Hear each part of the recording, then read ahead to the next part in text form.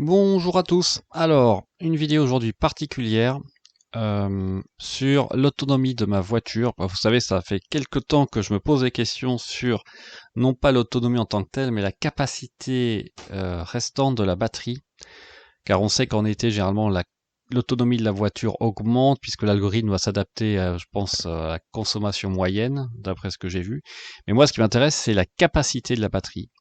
Car d'après ce que j'ai vu, malheureusement, j'ai peut-être un petit problème en tout cas. Et alors, ce que j'ai fait aujourd'hui, c'est que je me suis fait le trajet le plus long possible. Vous voyez, la 5h14 de route minimum, en partant de Mulhouse, en passant par Strasbourg, Saverne, Saint-Dié, Gérardmer, et pas Gérardmer, je m'excuse encore auprès des Vosgiens et des amis du Grand Est, c'est Gérardmer, ce ne sera jamais Gérardmer. Et puis Masevaux, etc., avant de rentrer sur Mulhouse, et encore tourner autour de Mulhouse pour arriver le plus bas possible à la maison. Parce que quel est mon problème? Mon problème, c'est qu'en théorie, j'ai regardé aussi vous savez, les vidéos du Norvégien sur YouTube qui fait plein de vidéos sur les capacités de batterie des modèles 3. Quand vous prenez votre voiture au départ, vous devez à peu près avoir 73 kWh que vous pouvez recharger, sans compter le buffer, vous savez, cette limite en dessous de 0 qui vous permet toujours encore de rouler, qui est à peu près de 3 kW, plus encore quelques kilowatts pour arriver à une capacité totale de presque 78 kWh. Et moi, mon problème, c'est que quand j'ai pris la voiture au départ, j'avais 495 km d'autonomie marquée sur l'écran, et je suis descendu à 450 assez rapidement, et maintenant je suis autour de 460, 465. Et quand j'ai commencé à comparer avec les autres propriétaires de Model 3 avec le même kilométrage et 8-9 mois d'acquisition, honnêtement, je suis vraiment en dessous. Vous voyez aussi sur ce schéma de Tesla Fi, vous voyez la moyenne pour les voitures similaires à la mienne au même kilométrage, c'est plutôt autour de 485. Et quand je regarde aussi avec SkyMat Tesla sur Facebook, les gens, ils ont, on va dire, 71, 72 kWh contre 73, sans compter le buffer évidemment. Alors que moi, vous allez voir, je suis vraiment en dessous, puisque je suis, au lieu d'avoir, on va dire, une capacité initiale hors buffer de 73 kWh, je suis à 67. Vous voyez le nominal full pack, je suis à 170,6, je suis monté à 70,9, donc on va dire, allez, on va dire grosso modo à 68, alors qu'en théorie, je devrais plutôt être autour de 71. Donc j'ai 3 kWh qui manquent, on va dire, et j'ai une dégradation de presque 9%, alors que les autres propriétaires, quand je regarde sur Internet, ils ont une nominal full pack qui est à 73, 74, voire plus pour une voiture qui a 15 000 km. Donc, l'autonomie en tant que telle, je suis autour de 465 au maximum, alors que les autres sont plutôt autour de 485, comme je l'ai dit. Donc, le seul moyen que j'ai trouvé vraiment pour savoir, c'est de faire un trajet le plus long possible en chargeant à bloc à 100%, ce qui est peut-être pas le cas. Je vais peut-être pas charger complètement à 100% parce que j'ai utilisé Jedlix. Et je pense que Jedlix, quand on arrive à 100 piles, il arrête la charge, alors que moi j'ai déjà vu au superchargeur par exemple que je suis encore à 100% et la voiture continue à charger un petit peu. Donc bon, j'ai peut-être perdu un peu là. Et donc j'ai fait ce trajet pour essayer d'aller au plus bas possible et voir non seulement l'autonomie, mais surtout la capacité de la batterie que je vais utiliser de 100% à 3 ou 2%. Donc ce qu'on va voir dans cette vidéo. Donc là, vous voyez, là, je pars de chez moi, je suis à 100% à bloc, je suis parti pour 5 heures, 6 heures de route.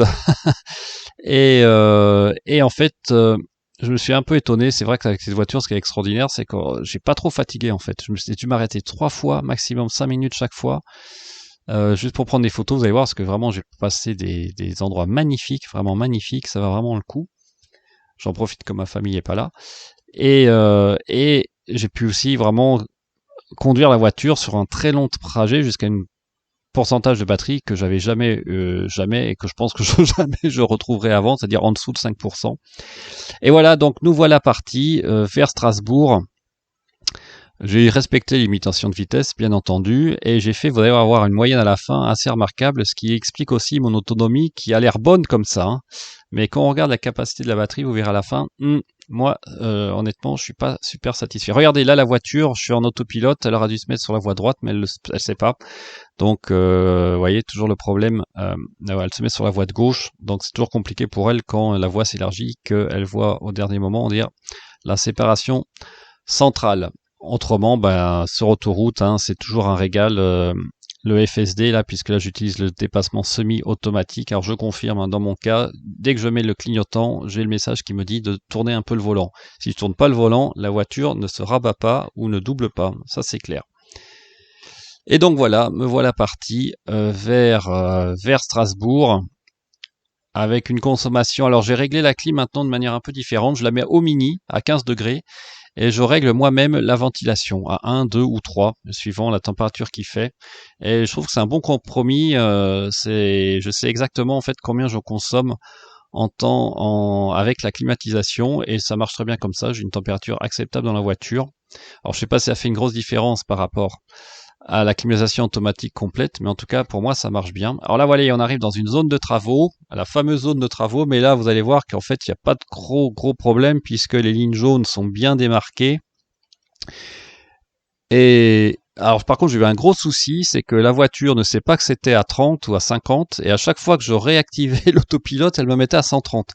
Alors c'était la galère, il fallait que je tourne comme un fou, vous voyez, la molette vers le bas pour respecter, heureusement qu'il y a une voiture devant, donc elle régulait la distance, mais tourner, regardez comme je devais tourner la molette pour arriver à 30, c'était vraiment ridicule. Là, il faudrait qu'il trouve un moyen, alors peut-être que sur l'écran c'est plus rapide, mais c'est vraiment ridicule de passer de 130. Si vous avez le malheur de désactiver l'autopilote et de le remettre, alors là ça se remet à la vitesse normale de l'autoroute, et là vous voyez par contre je augmente la vitesse, et là j'ai pas eu aucun souci.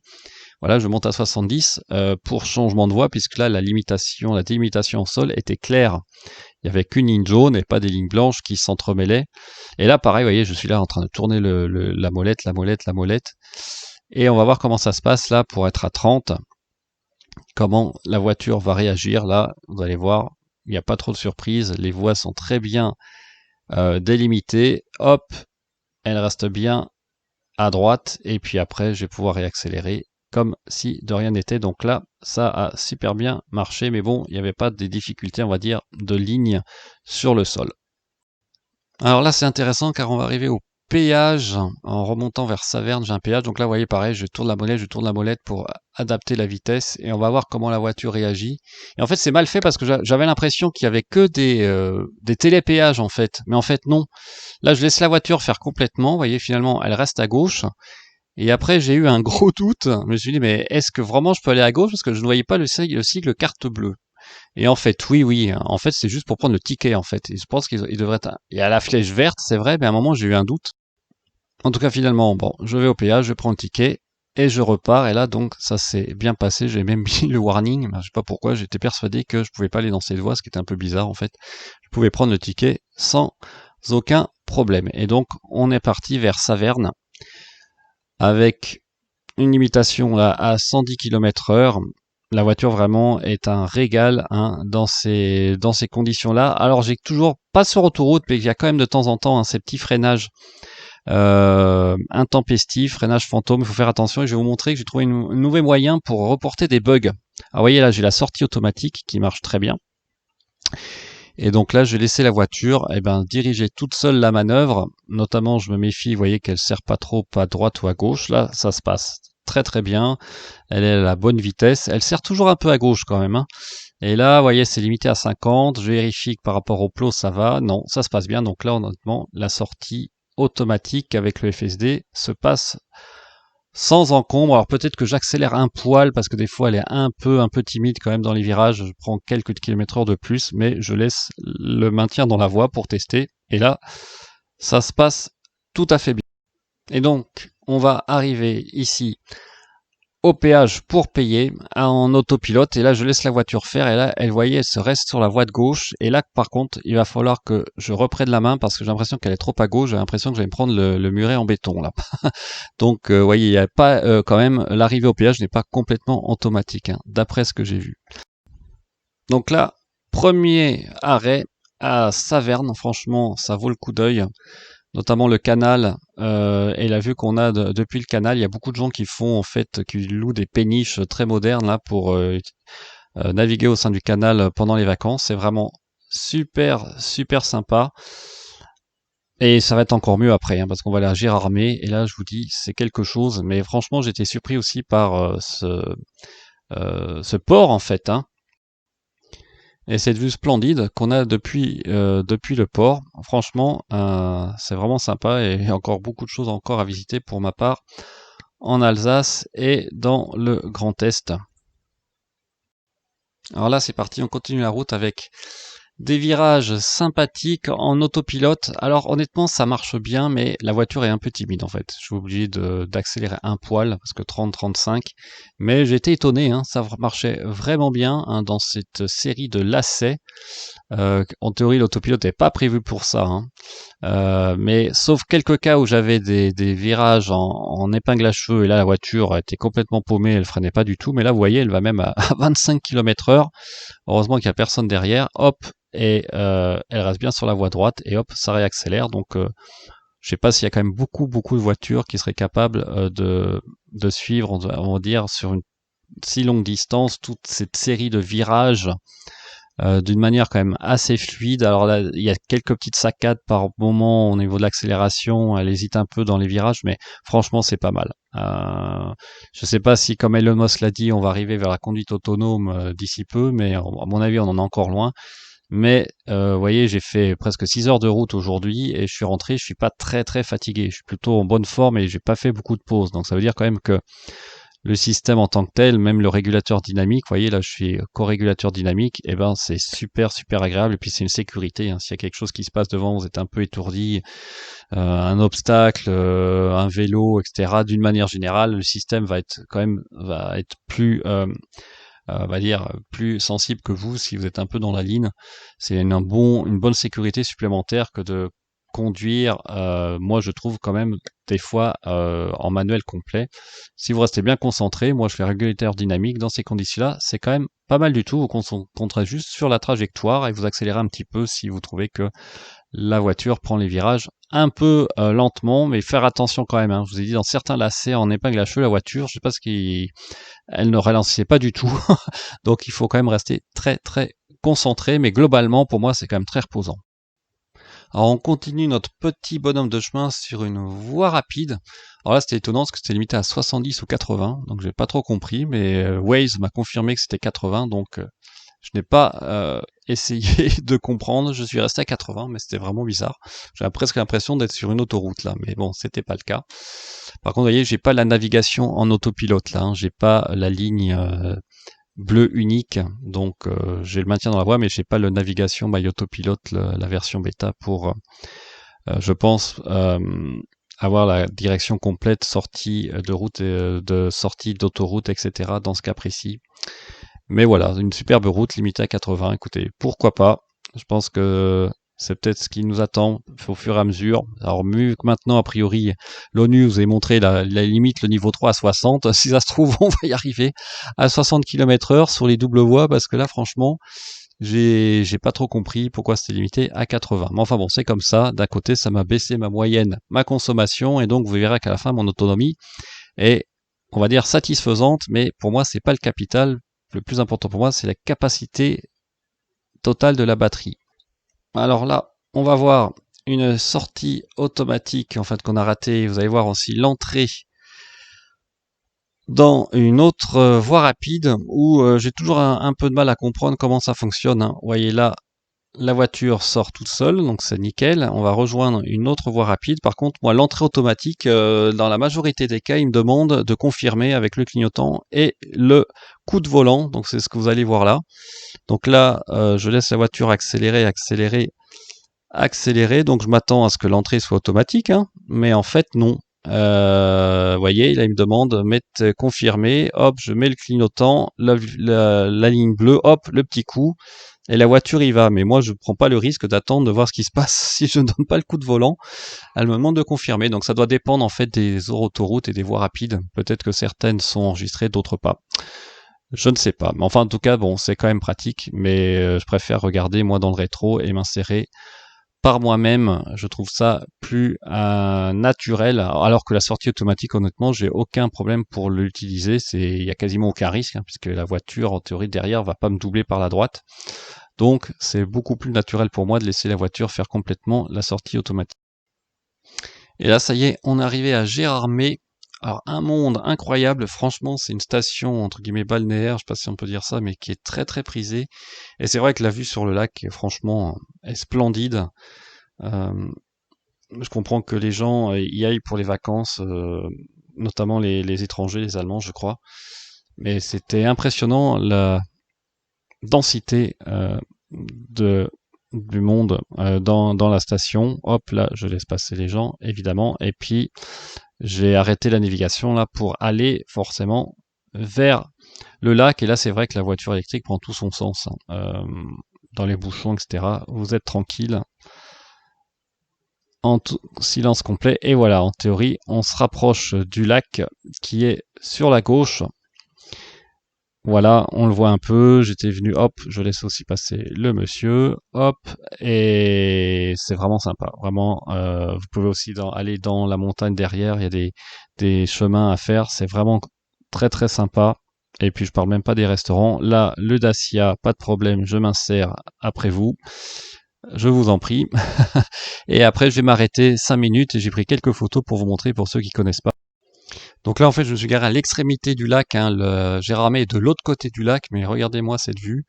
C'est vraiment superbe. Il y a beaucoup de vélos aussi, hein, qui arpentent les routes vosgiennes et qui ont bien du courage parce que ça monte bien quand même. Et vous voyez, au fond là, on voit la ville. Mais franchement, si vous voulez passer des vacances dans la région, je pense que vous ne serez pas déçus, loin de là. Alors là, si je ne me trompe pas, on arrive sur la Bresse. Et vous voyez là, c'est moi qui freine parce que la voiture ne freine pas toute seule. Et là, vous avez une vue complètement différente. En fait, vous vous retrouvez dans les Vosges, entre guillemets, avec un paysage beaucoup plus vallonné qu'on voyait pas à Gérardmer. Et avec des routes aussi vraiment, vraiment sympas. Vous voyez, pas mal de circulation. Et donc, on va commencer à passer par la Bresse. Voilà, avec aussi pas mal de monde. Et après, je vais passer par Cornimont et Masevaux, et en fait, ça va recommencer à redescendre à ce niveau-là, et en fait, vers Masevaux, je perdais plus du tout de pourcentage. Ça descendait, donc c'était là, on voit vraiment que le système Tesla est vraiment très performant, car j'ai vraiment respecté. Alors là, j'ai vraiment eu besoin d'ABRP pour faire le trajet, mais à partir de ce moment-là où j'ai mis le système GPS jusqu'à Mulhouse, c'était très très efficace, hein. Ça prend vraiment en compte le relief, donc il n'y a absolument aucun problème. C'est très fiable. Et puis si vous roulez un peu en dessous, vous roulez encore plus tranquille, vous allez gagner aussi un peu d'autonomie par rapport à la prédiction de la voiture. Alors là, franchement, c'est ça qui est super dans la région, c'est que vous passez des plaines, entre guillemets, ou de la montagne, où il n'y avait pas de sapin, vous voyez les montagnes autour, et puis hop, vous vous retrouvez dans des routes sinueuses au milieu des sapins, à rouler à 80 environ. Et là, alors, j'ai trouvé un on va dire un mix sympa. C'est en fait, je me mets qu'en mode confort. Et c'est super agréable, je me suis rendu compte, parce que la voiture marche super bien. Vous n'avez pas cette accélération, on va dire, trop violente. Et vous passez d'un virage à l'autre, là, juste en accélérant bien à accélérateur. Et c'est un régal. Franchement, là, je me suis régalé tout en respectant les limitations de vitesse. Et comme la voiture, vous savez, avec son centre de gravité assez bas, avec les batteries qui la collent véritablement, entre guillemets, au bitume, alors là, surtout en montée, c'est un régal. Je me suis régalé. Si vous avez l'occasion avec votre voiture Tesla de venir en montagne ou que vous allez en montagne, essayez le mode confort. C'est beaucoup plus souple et vous arrachez quand même sans aucun problème des lacets et avec un bon rythme. Et voilà, là, on arrive, voyez, on monte encore, on n'est plus du tout dans les sapins, donc c'est un paysage complètement différent. On va passer par le col du Grand Ballon aussi, donc on va monter à plus de 1300 mètres. Donc en une journée, je passais de Strasbourg au lac de Gérardmer, puis maintenant je monte à un bon rythme là. Je me suis bien fait plaisir, tout en respectant les limitations, pour monter au col du Grand Ballon et après descendre sur Masevaux. Franchement, et j'étais pas fatigué, donc c'est quand même assez extraordinaire quand même faire. Là, hop, je double les vélos. Ils sont devenus rouges, donc il faut garder le pied sur l'accélérateur, autrement vous pouvez avoir un freinage d'urgence. Hop, là pareil. J'étais un peu près d'ailleurs, j'aurais dû faire attention. Mais franchement, c'est un régal. Franchement, cette voiture, je pense que c'est là où, pour moi, elle prend tout son sens. C'est sur les petites routes de montagne. Alors pas trop étroites, évidemment, trop étroites, mais franchement, c'est top. Et voilà, là, je pense qu'on arrive au col du Grand Ballon. Vous voyez, beaucoup de monde, beaucoup de motards. Alors, donc il faut quand même faire attention parce que s'ils coupent un peu la route quand ils arrivent dans l'autre sens, il faut rester prudent. Là voilà, je laisse passer les gens. Franchement, super journée. Alors là, ça devient un peu plus sportif parce que la route va se rétrécir de plus en plus avant d'arriver à Masevaux. Mais alors, ce qui est super, évidemment, c'est le frein moteur, hein. Parce que si vous anticipez bien, je n'ai pas freiné, ou j'ai freiné peut-être que 2 fois pendant toute la descente, y compris au niveau des lacets. Donc là, la régénération, je peux vous dire qu'elle est maximale. Et la voiture aussi, quand vous êtes à un rythme, on va dire, normal, est super agréable. Vous pouvez régler aussi, vous savez, hein, la dutée du volant. Moi, je laisse en normal. Vous pouvez la mettre en sport ou en plus souple, souvent vos envies. Mais franchement, là, vous voyez, je ne freine même pas. Freinage de récupération régénératif seulement. Et ça marche super bien. Et vous voyez, vous pouvez même prendre les petits virages assez rapidement sans aucun problème avec la voiture. Et là, c'est vraiment un régal. Bon, là, j'avoue, hein, je coupe un petit peu quand même parce qu'autrement, c'est pas très agréable, mais il y a personne en face. Et je peux que vous recommander d'aller sur les petites routes de montagne avec votre Tesla, notamment la Model 3, qu'elle soit propulsion ou all-wheel range. Honnêtement, ça change pas grand-chose puisque là, j'étais en propulsion, je pense 95% du temps, sauf quand j'ai fait quelques accélérations et vous en rendez pas du tout compte, mais c'est super agréable. Donc en fait, à Masevaux, j'étais à peu près à 20% et à retourner à Mulhouse autour de 13%. Donc j'ai dû tourner un peu à droite à gauche. Après, vous voyez là, hop, la sortie automatique pour arriver à 3-4% à la maison. Là, la sortie automatique, pardon, marche aussi très bien, aucun problème particulier. Alors, vous voyez, au niveau de la batterie, quand j'étais à 50%, j'avais 34 kWh de consommé, donc ça aurait fait 68 arrivé à la maison, et c'est ce que je craignais un peu, hein, c'est qu'en théorie, moi j'estimais d'avoir de 0 à 100%, j'espérais avoir au moins 70 kWh, mais si vous vous souvenez bien ce que j'ai montré au début, la capacité nominale est de 71 moins 3,2, à peu près 67 kWh. Donc ça colle avec ce que me dit Scan My Tesla quand je suis au milieu du trajet. Et donc à la fin, j'ai dû aller vers Sirène, etc. Tourner, car j'avais pris de la marge quand même, arrivé à 10% à Mulhouse, je voulais pas avoir de soucis particuliers. Et voilà le résultat final. Donc je suis arrivé à 3% de batterie à la maison, j'ai fait 463,7 km, il me restait 15 km, 16 km à peu près d'autonomie, donc j'aurais pu arriver à 480. Et si on fait une règle de 3, ça me fait une capacité de batterie d'environ 66 à 67 kWh. Et ça correspond en fait à ce que me dit Scan Ma Tesla, hein, si j'enlève le buffer 70,6 ou 70,9 moins 3,2, on arrive à 66 ou 67. Alors le problème, c'est que je ne sais pas si j'étais chargé complètement à 100%, puisque ZLX l'a arrêté à 100%, et quand j'ai regardé dans la voiture, il est marqué charge interrompue. Il n'y avait pas marqué charge terminée. Donc j'ai perdu peut-être, je sais pas, peut-être 1 kW, mon grand maximum. Mais enfin bon, pour vous dire que voilà, concrètement maintenant, la voiture est en train de recharger. Donc je vais la charger jusqu'à 90%, hein, parce que là, elle va s'arrêter au milieu de la nuit. Et je ferai une règle de 3 à 90%, voir grâce à TeslaFi combien j'ai rechargé. Mais bon, je pense que ça va coller. J'ai pas voulu aller au superchargeur à partir de 3%. Je pense que c'est pas très bon pour la batterie de se prendre 200 kW ou 150 kW sur un V2. Et là, je voulais vous montrer un peu ce que me montrait GDLX. Mais c'était en fait un faux espoir. Il me mettait là à 100%, 400, voyez, 402 km pour 90%. Donc là, je règle la limite de charge à 90%. Et après, il va me mettre 500 km d'autonomie ou 410. Donc on voit que le BMS ça, était en train de recalculer. Mais finalement, à la fin, je vais avoir une valeur, on va dire, similaire. Là, vous voyez, 90%, 414. Alors c'était marrant. J'ai eu un bon espoir là, je me suis dit c'est fantastique. 527, mais ça n'a pas duré longtemps. Ça n'a pas duré longtemps, je me suis dit c'est fantastique, j'ai bien fait d'aller jusqu'à 3%. Non, non. Là maintenant, c'est revenu à des valeurs comme avant. Donc maintenant, eh bien, écoutez, je vais attendre que la batterie remonte à 90%, et à mon avis, ça va rien changer. Je vous le dis franchement, je pense que je vais retourner à mes 460 km d'autonomie. Ma capacité nominale va toujours être autour de 70,6, 70,9 kWh. Donc en enlevant le buffer, je vais me retrouver à 67, 67,5. Et puis voilà, donc je pense que ça va rien changer. Donc la seule chose que je peux faire, c'est la recharger plusieurs fois à 90% maintenant. Voir si ça va changer quelque chose, mais je ne pense pas. Je pense que je vais gagner peut-être un peu en autonomie. Je vais monter à 470, mais c'est par rapport à ma conduite en tant que telle, rien à voir avec la capacité de la batterie. Donc je pense que, sauf miracle, je vois pas comment je pourrais remonter à 490 km d'autonomie, puisque vous voyez la nominal full pack, je suis à 170,9. Donc ça fait 67,7 en théorie, mais vous voyez, je les ai même pas atteints moi.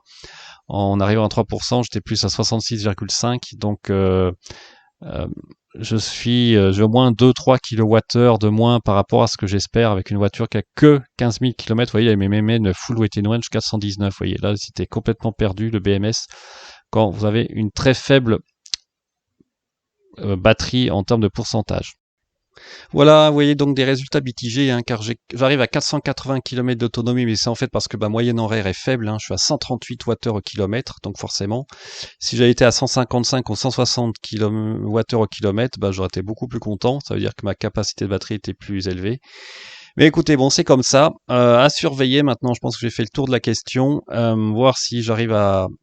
En théorie, je vois pas comment la capacité de la batterie peut réaugmenter comme ça par magie, si ce cas de ma Tesla fait on va dire, les données correctes et qu'il n'y a pas de corrélation entre la capacité nominale et l'autonomie. Pour moi, a priori, c'est séparé, mais bon, ça reste quand même à confirmer. Merci beaucoup pour votre attention. Si ça reste comme ça, je pense que je vais contacter Tesla. N'hésitez pas à laisser des commentaires, des pouces bleus ou à utiliser mon lien de parrainage si le cœur vous en dit. À très bientôt. Au revoir.